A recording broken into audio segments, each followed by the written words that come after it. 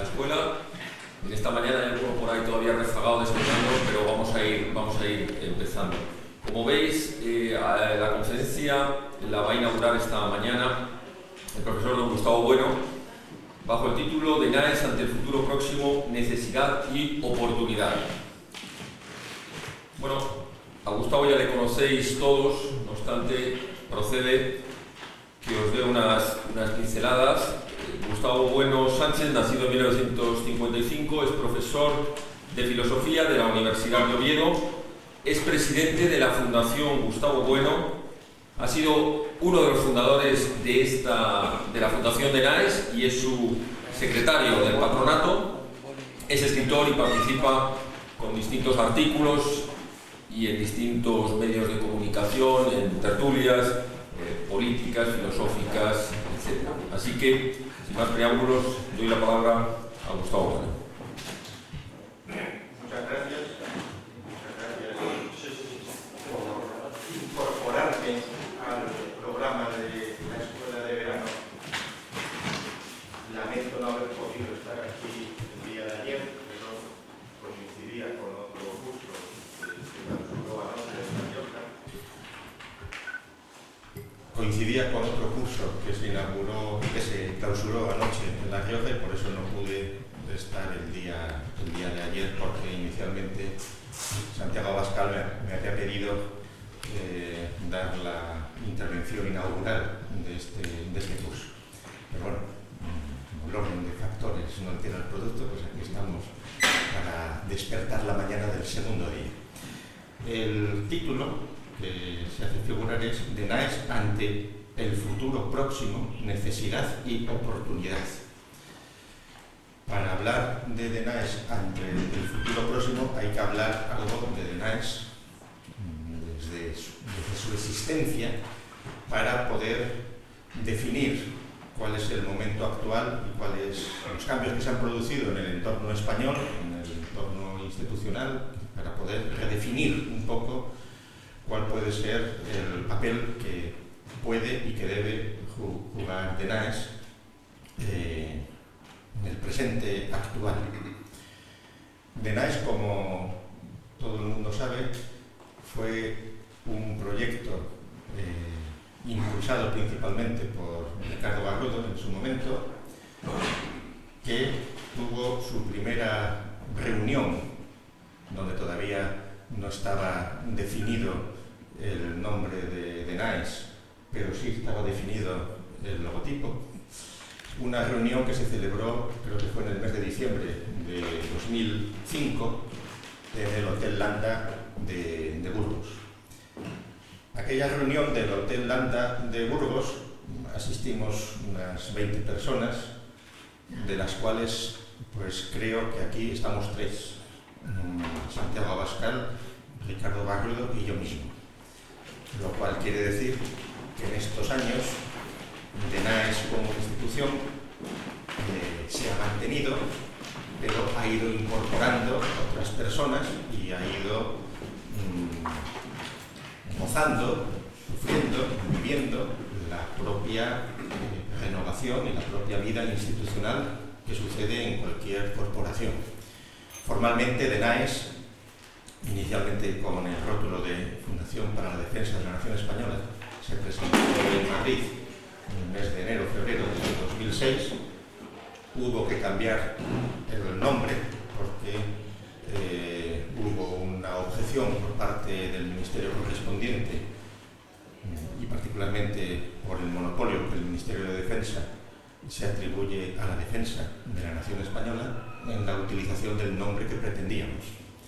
Con lo cual hubo que inventarse el acrónimo de NAES para que fuera legal, y legalmente la institución está inscrita como Fundación de NAES, aunque luego nosotros desarrollamos el Defensa de la Nación Española porque no pueden evitar que lo desarrolles, el acrónimo.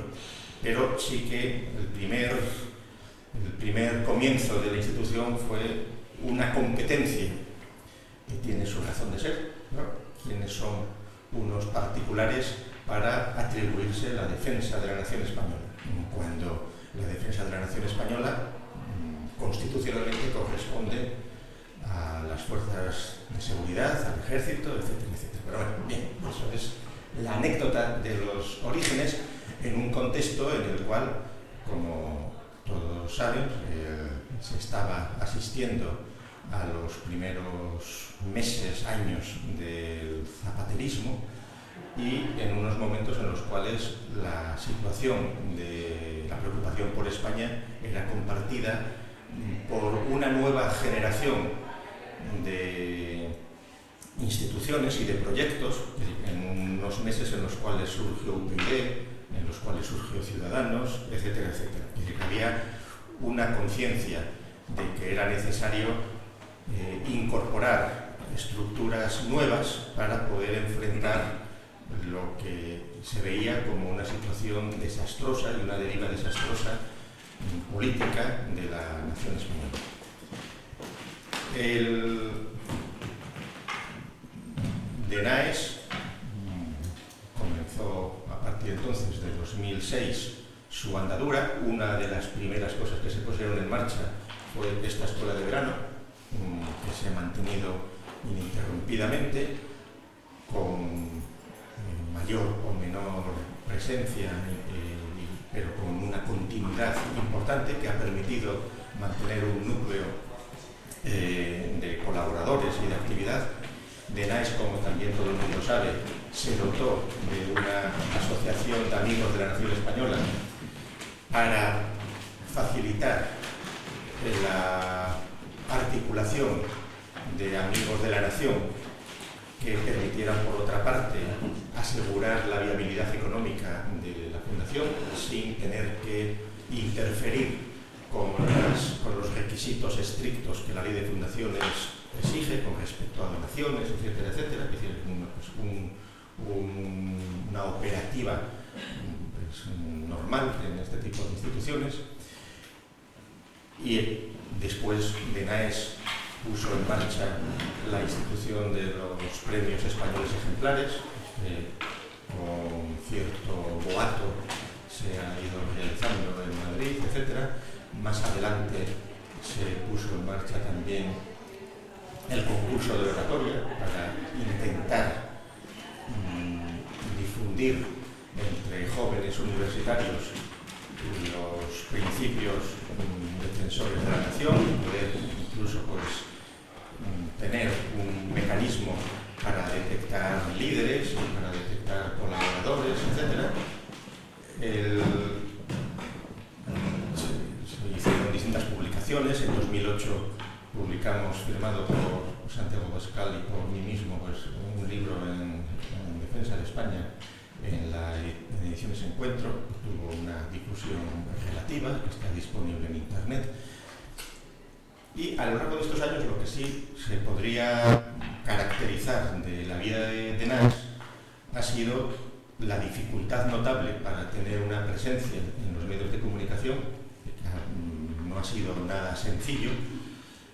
De hecho, sí que ha habido cierta presencia, más o menos fiel, en algunos medios, sobre todo digitales, pero la norma ha sido la ley del silencio respecto a lo que hacía la Fundación DNAES, incluso con situaciones a lo largo de estos años de cierta competencia con otras instituciones y otras fundaciones y asociaciones que veían en DNAES pues una cierta competencia, podríamos decir, aunque era una concurrencia, pero en unos momentos en los cuales la preocupación fundamental que había y la asociación en la defensa de España tenía que ver con las víctimas del terrorismo, tenía que ver con distintos proyectos vinculados a las partes de España más cercanas a procesos de tipo secesionista, etcétera, etcétera.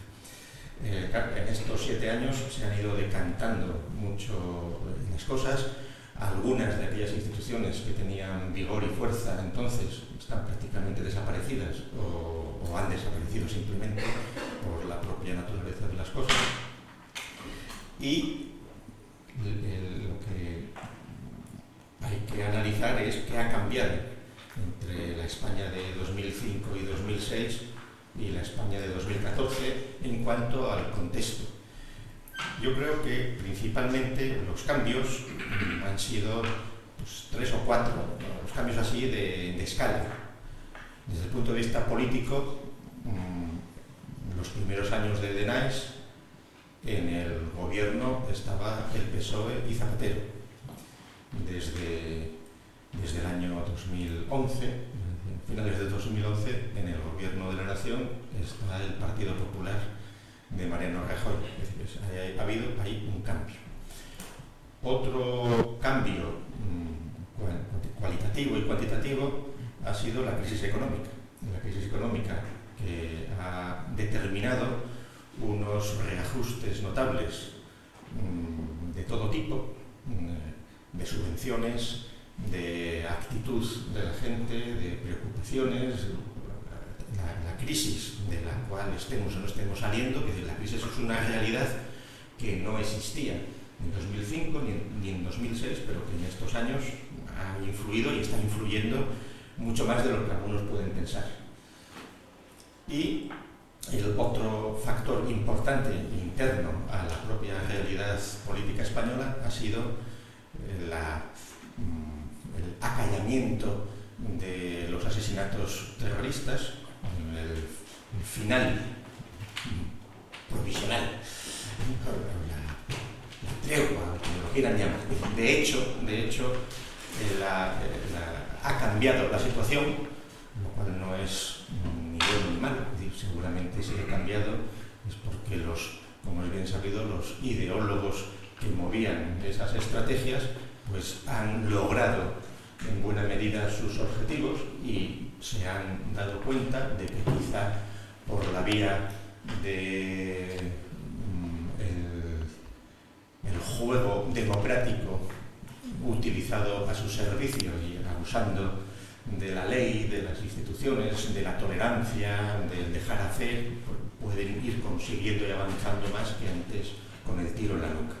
Pero eso supone también un cambio muy importante, porque hoy día la realidad es que el discurso de las víctimas, el discurso de las víctimas del terrorismo, de las víctimas de ETA, etc., ya es distinto que el que podía ser en 2005 o en 2006.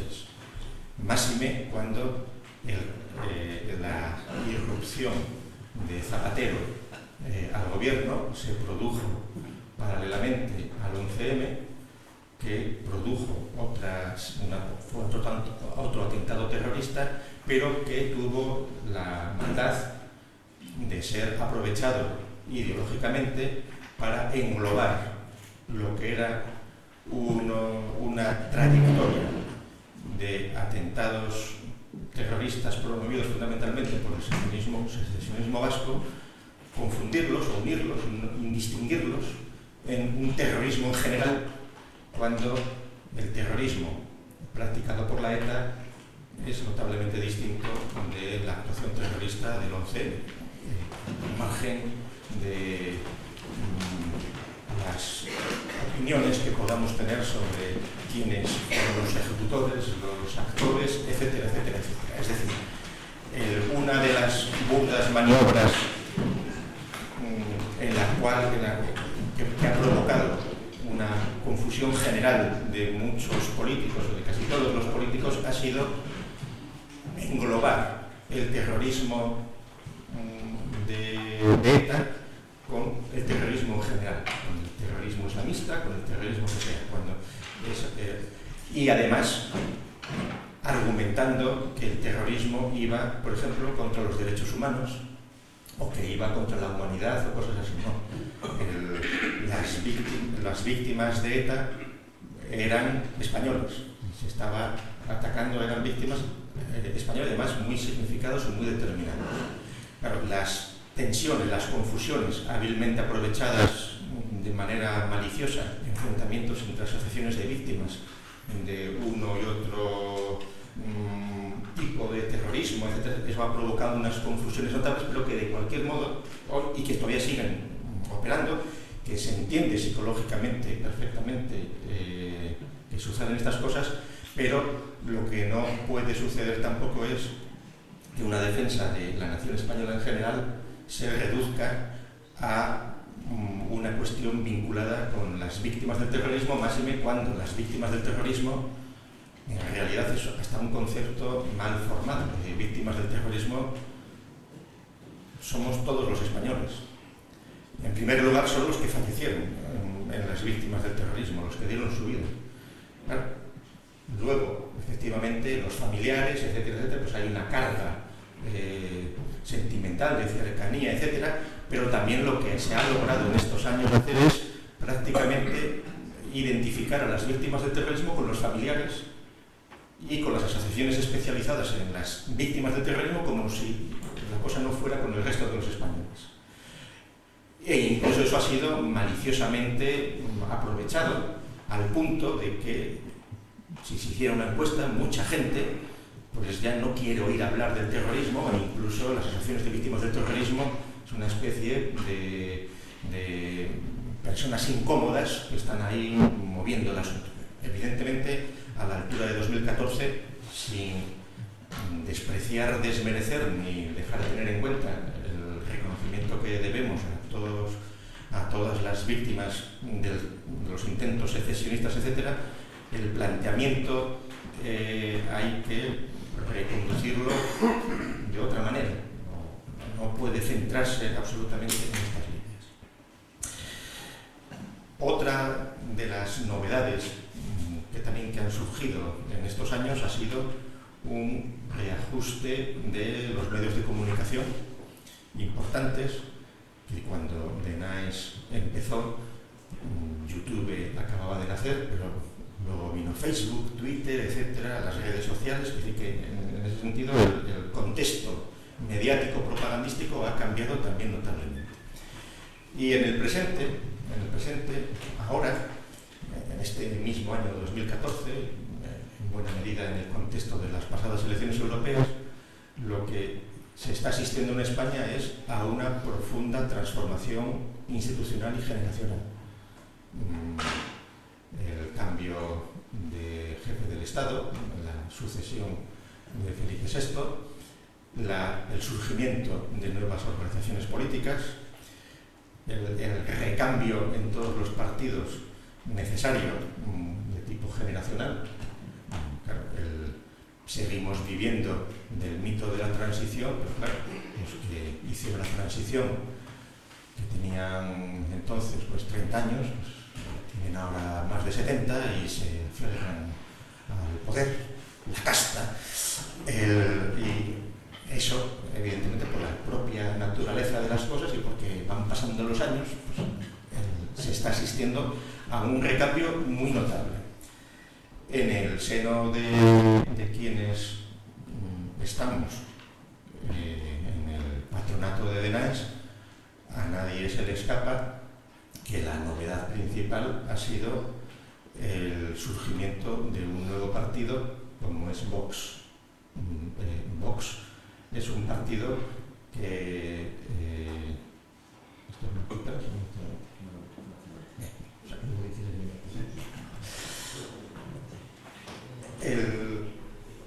No, es que tengo aquí un cronómetro que marca 16 minutos, entonces no sé si es hasta que el tiempo que pasará hasta que me autodestruya. Esta conferencia se autodestruirá en 16 minutos. Bueno, la novedad principal por lo que afecta a quienes estamos en el entorno de DNAES, quienes formamos parte del patronato de la Fundación DNAES, ha sido el surgimiento hace unos pocos meses, como todo el mundo sabe, de una nueva formación, dándose la circunstancia de que buena parte del patronato, casi todo el patronato de DNAES, son altos cargos en la formación política Vox, lo cual provoca o puede provocar una indistinción entre lo que es DNAES y lo que es Vox. El futuro de DNAES podría ser una salida que tiene DNAES como institución, descartando la posibilidad de decir, pues vamos a autodisolvernos, no tiene por qué. Es decir, la necesidad de una institución que mantenga la lucha por la defensa de la nación española a una escala teórica, propagandística, política, etc., es hoy más necesaria que en 2005. El peligro de desmembración de España es hoy mayor que el que existía en 2005. En estos años también se ha producido, desde que nos creamos, el contexto en el cual surgió DNAES, era un proceso también de adaptación de los estatutos de autonomía en una línea muy peligrosa, pero que no solo se ha producido en los estatutos de autonomía de Castilla, de Cataluña o del País Vasco.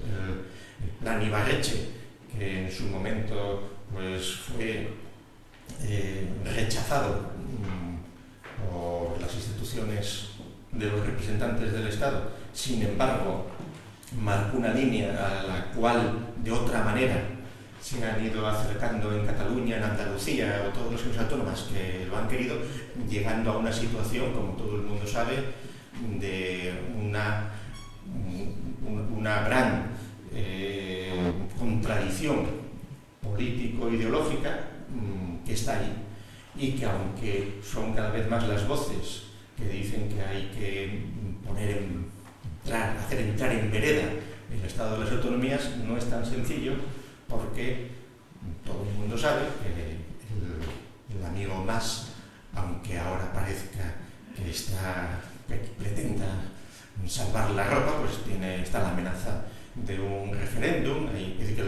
los pasos hacia la secesión son tremendos, y lo más grave y peligroso es que especies como el Estado federal, como la remodelación, los referéndums, el cuestionamiento de la monarquía, etcétera, etcétera, están al orden del día, y tampoco se percibe, salvo muy pocas formaciones políticas, planteamientos que en realidad puedan presentar un muro firme a una ruptura o disgregación de España dentro de la Unión Europea o lo que sea, pero poniendo en crisis total lo que es la nación española. Entonces, descartando la posibilidad de que DNAES se disuelva, porque no tendría por qué disolverse, es decir, quienes somos responsables de DNAES, porque formamos parte de su patronato, seríamos unos malvados si el esfuerzo, la colaboración y el apoyo que en todos estos años hemos recibido de muchísimas personas lo dejáramos ahí sin más, renunciáramos a un compromiso que hemos asumido y que hay que mantener sea como sea. La otra posibilidad, la primera posibilidad, descartando la disolución o la desaparición de DNAES, otra posibilidad sería la conversión de DNAES en un brazo paralelo al partido Vox. Esa sería una posibilidad. Todos los partidos tienen sus fundaciones, y entonces podríamos decir, pues, Vox se dota de una fundación que es DNAES. En su origen no fue así, pero se adapta. Eso podría ser una posibilidad.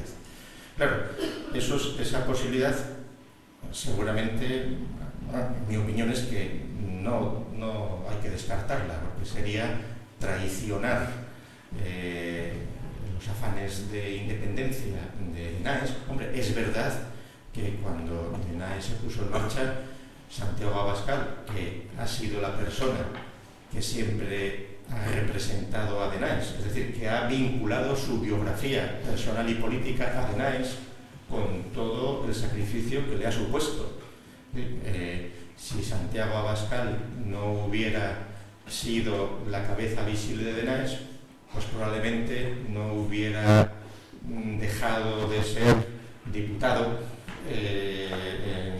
por el País Vasco, como lo era en el momento de organizarse de DNAES, etcétera, etcétera.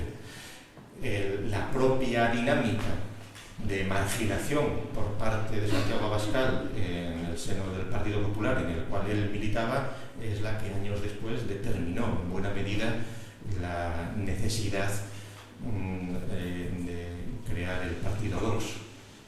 Y en ese sentido eso es una realidad que es así.